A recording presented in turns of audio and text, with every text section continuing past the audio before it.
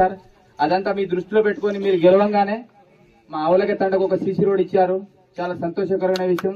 దానితో పాటు పునాయగుట్ట తండకు ఒక రోడ్ ఇచ్చారు. సీసీ రోడ్ గెలవంగానే ఫస్ట్ మేము అడగంగానే మాకు అంగన్వాడీ బిల్డింగ్ కావాలి సార్, మా తండకు చాలా ఇబ్బంది అవుతుంది. అది ఇంతకుముందు అది ఏంది మనం దాన్ని శంకుస్థాపన చేసి కొబ్బరికాయ కొట్టారు కానీ దాన్ని ల్యాబ్స్ అయింది సార్. అది బేస్మెంట్ బిల్లు వరకే దాన్ని కట్టి బిల్లు తీసుకున్నారు కానీ బిల్డింగ్ కంప్లీట్ కాలే. ఆ దృష్టిలో సార్కు నేను చెప్పాగానే తండ పెద్దది బాలాజీ నిజంగా ఇయ్యాలని పెద్ద మనసుతోని మాకు అంగన్వాడీ బిల్డింగ్ మంజూరు చేసినందుకు మీకు ధన్యవాదాలు మా తండ తరఫున.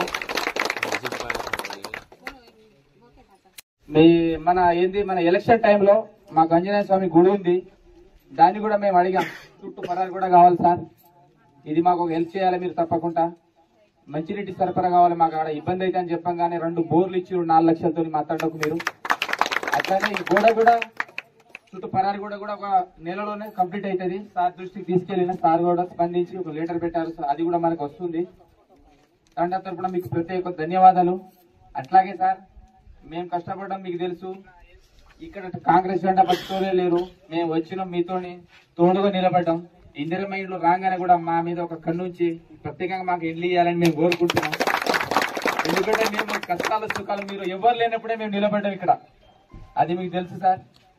మా మీద కొంచెం దయ ఉంచి మాకు తప్పకుండా అది చేస్తారని ఆ నమ్మకం అయితే ఉంది సార్.